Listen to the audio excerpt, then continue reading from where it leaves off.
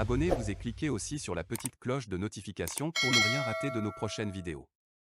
N'oubliez pas de partager aussi la vidéo et de la liker. Afrique N24. Et notre première rédaction ce matin au téléphone avec nous, c'est la rédaction du billet hebdomadaire L'Alternative. Et pour en parler, qui de mieux que le patron de ce journal, c'est Ferdinand Haïté qui est au téléphone avec nous. Ferdinand, bonjour. Bonjour Eric. Alors, Ferdinand, ce matin, vous revenez sur le port autonome de Lomé, Bolloré qui lève l'ancre, MSC en monopole, en violation totale, il faut le dire, de la loi. Oui, tout à fait, cher Eric. Vous savez, Bolloré s'éloigne désormais des ports africains. Il en contrôlait plus d'une demi-douzaine, non, plus d'une douzaine plutôt, voire une quinzaine. Et après des années d'exploitation opaque avec des scandales à répétition, le groupe Bolloré a décidé depuis quelques mois de quitter les ports africains et de céder ses actifs à un autre opérateur économique.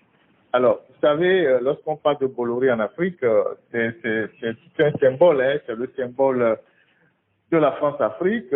C'est le tout-puissant homme d'affaires breton qui a accès au palais présidentiel un peu partout, qui défait les chefs d'État, qui intervient dans le choix des présidents. Vous avez encore en mémoire ce scandale qui touche le Togo et la Guinée-Conakry dans le cadre des élections de 2010, une affaire qui est d'ailleurs pendant devant la justice française.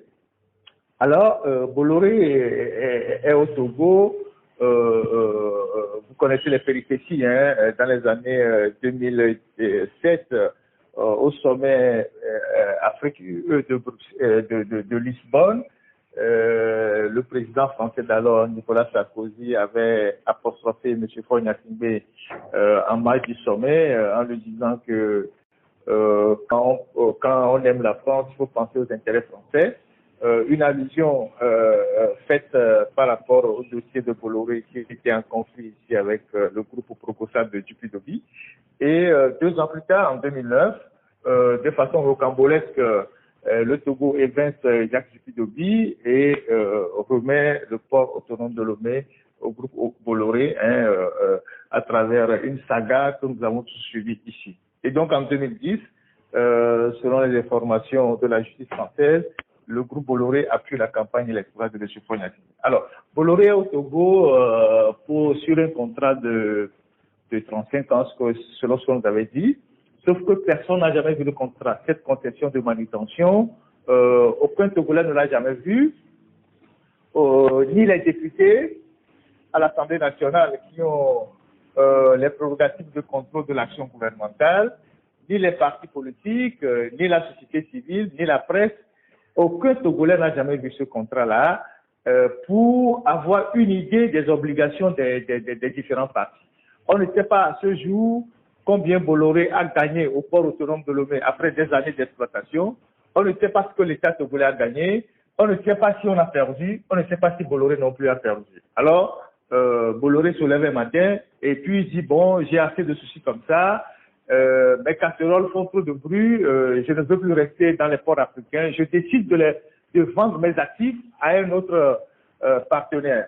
Normalement, ça ne devait pas se passer comme ça parce que à partir du moment où ils sont en concession, si Bolloré n'est plus en mesure de gérer la manutention au port autonome de Lomé, il retourne les actifs où il négocie avec l'État togolais et il revient maintenant à Bolloré, à l'État togolais de s'entendre pour trouver un autre partenaire. Mais Bolloré a vendu de façon globale tous ses actifs en Afrique au groupe MSC.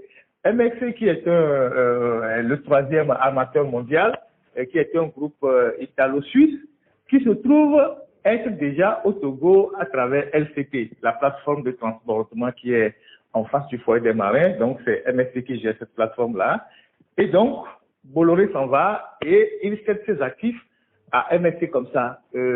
Personne ne connaît aussi. Là, les termes du contrat, on ne sait pas, il n'y a pas eu de communication ni en conseil des ministres, ni devant les députés. Personne ne sait dans quelles conditions ces actifs ont été cédés à MSC. Donc, pour résumer rapidement, l'État togolais a fait une concession à Bolloré il y a des années, personne n'a jamais vu le contrat. Bolloré, à son tour, revend ses actifs à MSC, personne n'a jamais vu le contrat. Donc, la transparence est la chose la moins visible sur les côtes togolaises, notamment au port autonome de Lomé. Alors, il y a un problème qui découle de la cession des parts de Bolloré à MSC. Dans les années 2000, il y avait un décret présidentiel pris au temps de Yadema, lorsqu'il y avait cette bataille entre Probosa et Bolloré. Et ce décret dit clairement que il ne peut pas avoir un seul opérateur pour la manutention. C'est-à-dire, pour le secteur de la manutention, il faut au minimum 2 opérateurs. Pour le secteur du vrac, il faut aussi 2 opérateurs. Alors, si Bolloré cède ses actifs aujourd'hui à MSC, MSC devient le seul opérateur au niveau de la manutention, ce qui est une violation de ce décret-là qui existait depuis et qui faisait de telle sorte que pour les questions de manutention, il y avait Bolloré et puis il y avait MSC. Donc voilà la situation dans laquelle nous sommes et cela doit interpeller tous les Togolais de tous les niveaux parce que c'est ces genres de scandales, ce refus de la reddition des comptes, de la gestion des ressources de l'État sans rendre compte qui continue d'enfoncer ce pays dans la pauvreté. Vous imaginez que demain matin, on vous dise qu'une société minière, par exemple, qui exploite le clinker au Togo, se lève un matin et dit, bon, j'ai suffisamment exploité le clinker au Togo, je n'en veux plus, je vends ma part à quelqu'un qui arrive comme ça, je ne fais de compte à personne, je ramasse mes clics et mes claques et je pars. Et pendant ce temps, c'est le pays qui perd. Donc, l'affaire Bolloré on ne peut pas fermer l'affaire Bolloré comme ça.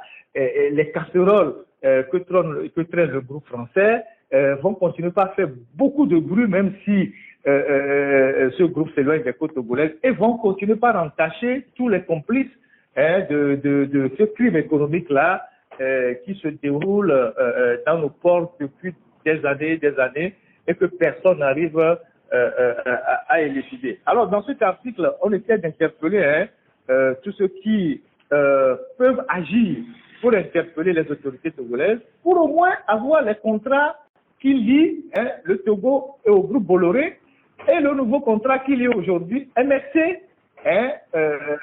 dans cette opération de cession. Parce que c'est un bien public, on ne peut pas se lever comme ça et le vendre à quelqu'un sans que les citoyens, sans que les Togolais ne sachent quelles sont les obligations des partis, qu'est-ce que ça génère, où vont les fonds, qui sont les actionnaires locaux de ces plateformes-là.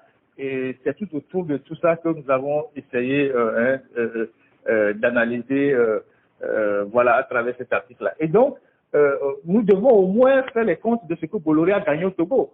C'est vrai qu'ils ont construit un quai de 300 milliards à l'époque. Il y a plusieurs experts qui avaient remis le chiffre en doute. Il y a Nicolas Lawson qui a toujours dénoncé cette arnaque-là. Et donc, après la construction du quai en 2014, qu'est-ce que Bolloré a gagné au Togo pendant toutes les années où il a exploité le port autonome de Lomé? Qu'est-ce que l'État togolais a gagné? Et pourquoi on le vend aujourd'hui à MSC? Quelles sont les conditions de la cession à MSC? Qu'est-ce que le Togo va gagner avec la manutention que MSC va faire? C'est un travail citoyen, c'est un travail que tous les Togolais doivent faire. Il faut demander les comptes au gouvernement et c'est important de le faire. Donc, nous allons continuer par parler du groupe Bolloré, surtout de ce qu'il a fait au Togo, de ce qu'il a gagné. Là, il est en train de partir. Il lui reste Canal Plus et tout ce qui est il est dans la communication ici. Mais bon, il laisse aussi au Togo ses salles de cinéma qu'on n'utilise pratiquement plus. Il a lancé un train qui n'a jamais roulé aussi, qui est devenu une gare qui est là-bas, qui n'a jamais fonctionné. Voilà des choses qu'on peut citer rapidement. C'est très triste pour nos pays qu'on laisse les gens venir de l'extérieur, exploiter nos ressources pendant des années dans l'opacité totale, et puis un matin, ces gens décident de partir et de laisser le pays dans la désolation. Et voilà tout ce qui tourne autour de cet article que nous avons fait ce matin, tout en continuant de garder un œil sur ce qui se passe au port autonome de Lomé. Très bien. Écoutez, on lira l'article sur 2 pages, page 3 et page 5 de votre journal. Vous parlez également, et ça, on ne va pas le commenter, de la vie chère, liberté syndicale, torture et prisonniers politiques. 10 organisations de la société civile interpellent les autorités togolaises. L'article est découvert dans le journal. Et puis, il y a un sujet aussi sur le refus de paiement des allocations aux retraités, recel des cotisations, les enseignants retraités actifs et la mugette à couteau tiré. Les détails de tous ces sujets à lire dans votre journal, le bi-hebdomadaire, l'alternative, dans le Qu'est-ce que ce mardi matin. Écoutez, Ferdinand, merci beaucoup pour votre disponibilité. Hein. Merci, cher Eric. Et bonne journée à vous. Hein. Bonne journée, bonne semaine. À bientôt. Likez la vidéo si ce n'est pas déjà fait. Laissez aussi votre point de vue en commentaire.